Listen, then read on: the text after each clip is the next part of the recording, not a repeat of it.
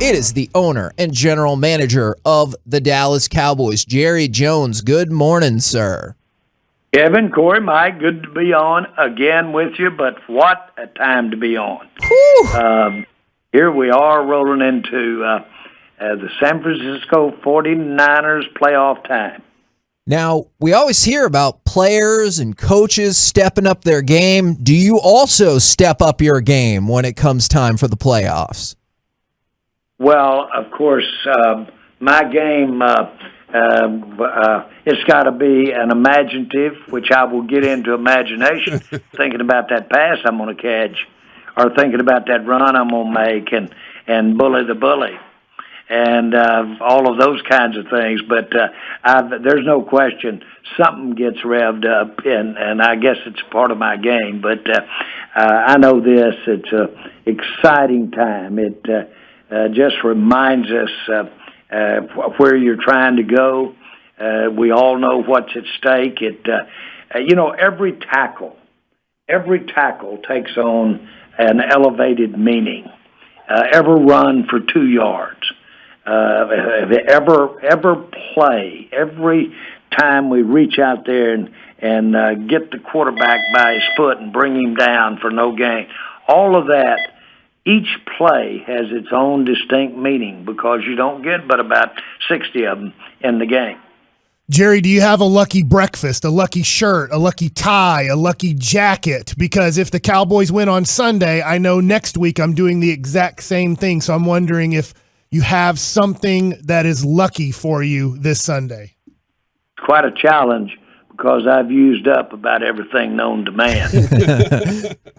To have those luck, and as sure as the ones that have worked, I can give you a little instance when it didn't quite meet the mark to have it on. But I really do. I have some cufflinks that I, right after I got out of school, I traded with a jeweler and traded some insurance for those cufflinks. And I had them made for my father. And so I gave those to him. That was that many years ago for my father right after I graduated from college. And when he passed, Mama gave them back to me. Now, those are pretty precious, and I have those either on or in my pocket, or I've had them in my left pocket, my right pocket, separated in my cuff. I've had them every place you can put those cufflinks. And generally, they've certainly just because of who wore them for 60 years, my dad, they're going to bring me some kind of luck no matter what, just the fact that I get there and back alive.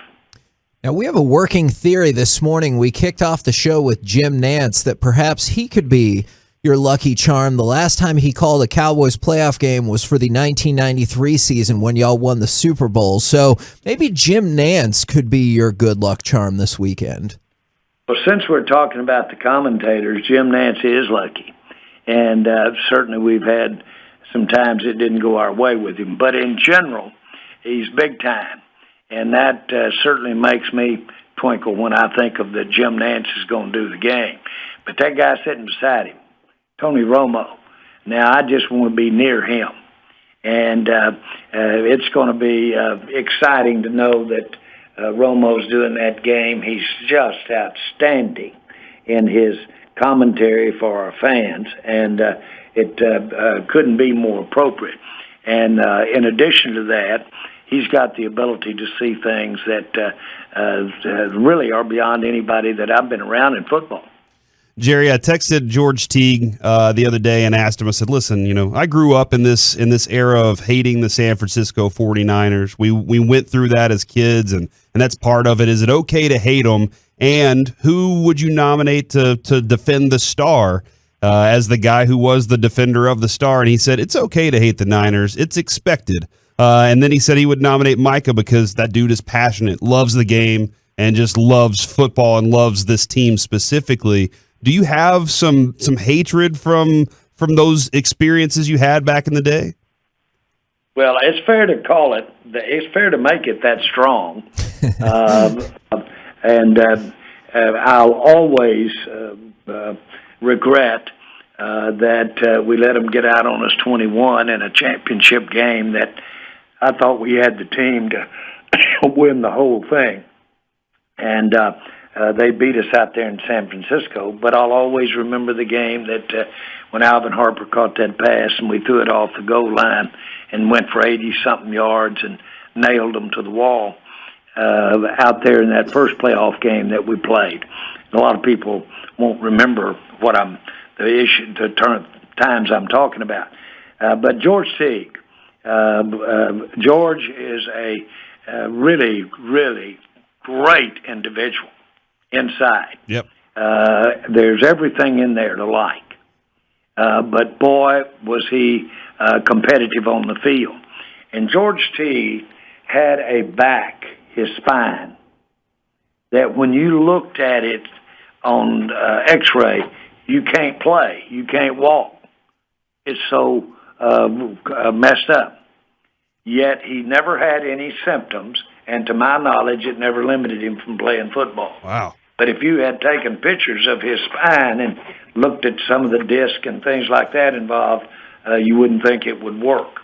But this guy was always a competitor, played at Alabama, boy, and he knew the game, how to play the game physically, and that's what he was about.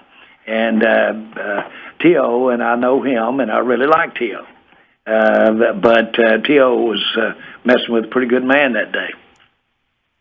Now, I know things can change rapidly when it comes to this. Yesterday seemed like positive news on the COVID front for y'all's team. As it stands this morning, are there any updates that we need to know about, and do you anticipate anybody missing the game due to COVID? No, at this time of the morning, I'm clear on our information, and we don't have any more to report at all, COVID, and don't anticipate any. We're really very prudent in how we're keeping our distance, keeping our masks on. The players are using their head relative to any exposure, any unnecessary contacts that might impact our team. So all's well there. I'll give it a thumbs up. Does Deebo Samuel worry you the most on the San Francisco 49ers? Well, it's fair to say. We loved him coming out. And he was impactful in college, to be trite, and that he has continued that trajectory. And just the fact they use him in every way, try to get the ball in his hands the way they do, tells you a lot. If I'm going to make a comparison or reminder, we like to get the ball in Lamb's hand as much as they probably like to get the ball in Tebow's hands. We've got somebody that I think has the kind of energy and the kind of threat, run after catch or just run, as Deebo does. Now Deebo. Not Deebo. Deebo. Yeah. Yeah, Deebo, he was physical too. You used the term that we heard Micah Parsons use earlier this week, and I think it got a lot of juice flowing around DFW when you hear bully the bully. It's a great feeling because you feel like that guy's the hero. But this Cowboys team there's been a lot of finesse to them, and everybody keeps talking about San Francisco being the physical team. Is there a way the Cowboys can go out there, be more physical, and still have some of that finesse that we've seen all season? Absolutely.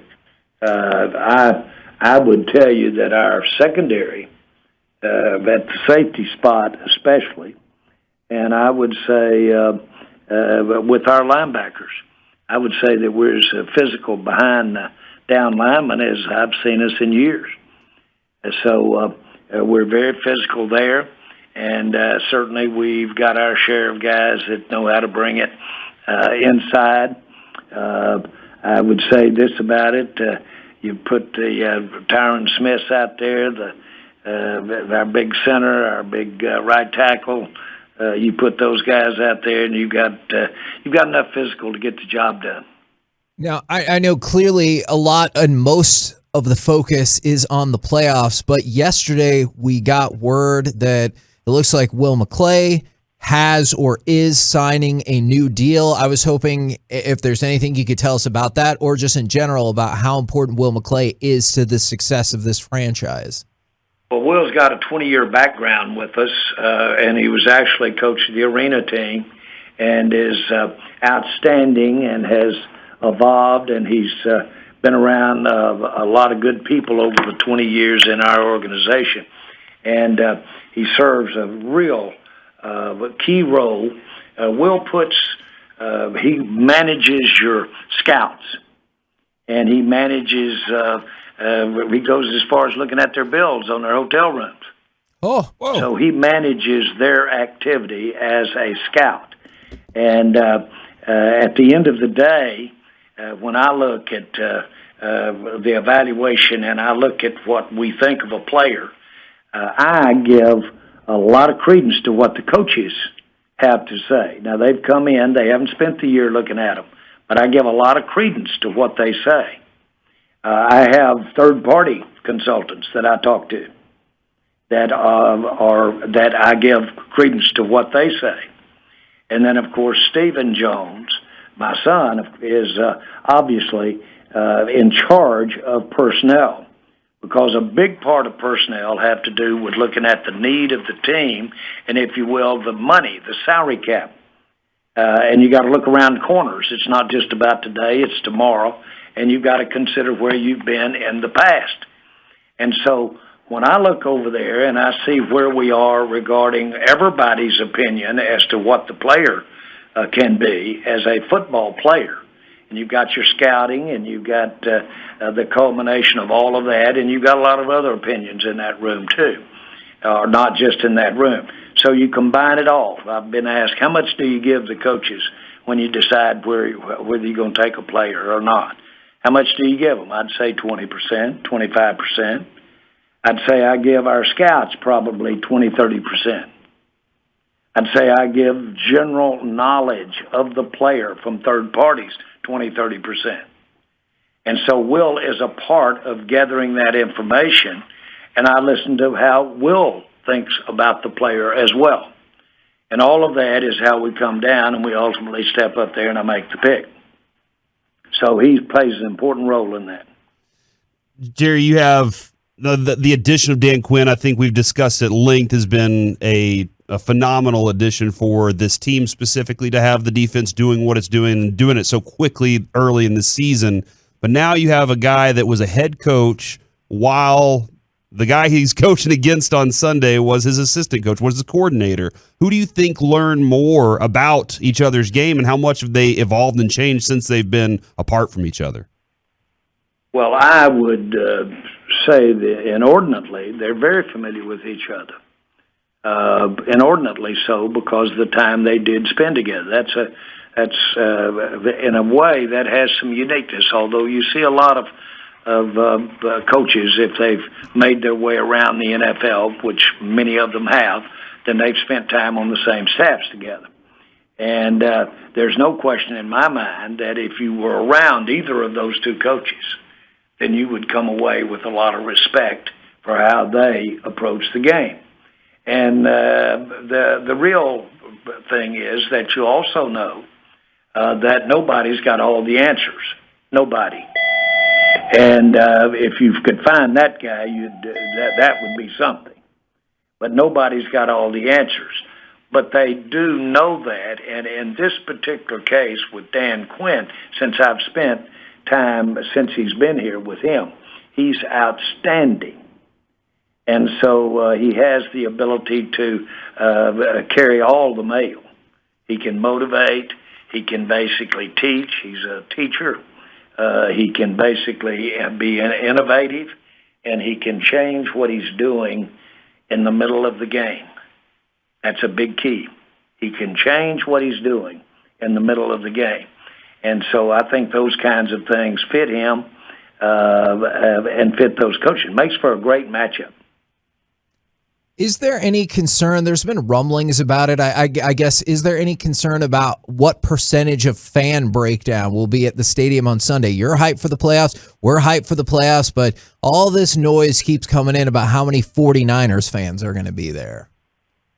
Well, I would say that, every game we have the highest attendance in the NFL, and considerably so. And so I look out across there, and every game will have some visiting team support in that game. But the attendance, the ability to have that kind of attendance creates technically more visiting team fans. Percentage is what you want to look at.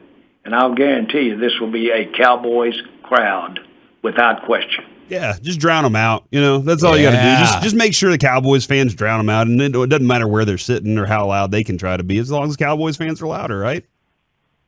Well, that's the case, of course, and sound, and we'll probably, since the weather's the way it is, a little cool out there, we'll probably have the roof closed, and so all of that makes. But this is a home game, and we'll get the benefit of a home crowd. We just need to get them in play early, our fans, and we need to get them in play steadily, and we need their help because when you go to other places, boy, that home field advantage can really dictate a lot about the outcome of the game.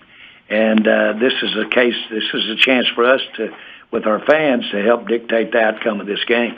All right, there you go, Tolos. There you go, Cowboys fans. One of the things I do want to mention that I'm excited about, really excited about this, is that we have one of the youngest Medal of Honor recipients that are going to be flipping the coin for us out there. Oh, great. Sunday. And that's exciting. I've got a chance to, as recently as last night, to be around these Medal of Honor, many of these Medal of Honor recipients. And I was with Flo Groberg last night. And I want you to know something. When I think about what they've done to have this country that we're getting to play this game in and live the lives that we kind of live, it is unbelievable.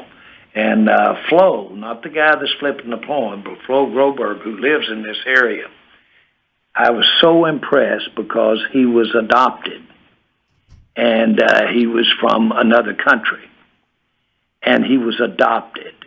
And he said, I went through that. Well, I'm not really my parents' kid. I don't know about that. And he said, I got through that. And then he said, I started looking around at what America had done for so many people, including me, because I'm a person born outside the country. And he said, it just made me want to do everything I can for this country. And that's why I went to served his time and became a Medal of Honor recipient. But it was absolutely amazing to hear him talk about how great a place we live. And so when we see that guy flip that coin out there tomorrow at halftime or Sunday out there at halftime, I hope we all remember it was guys like that let us have this country. Appreciate you letting us know that. We've actually had Flo on the show in the past. Yeah, he's an awesome guy. We're hyped for the playoffs. You're hyped for the playoffs. Thank you very much, good sir. You bet, guys. Bye-bye.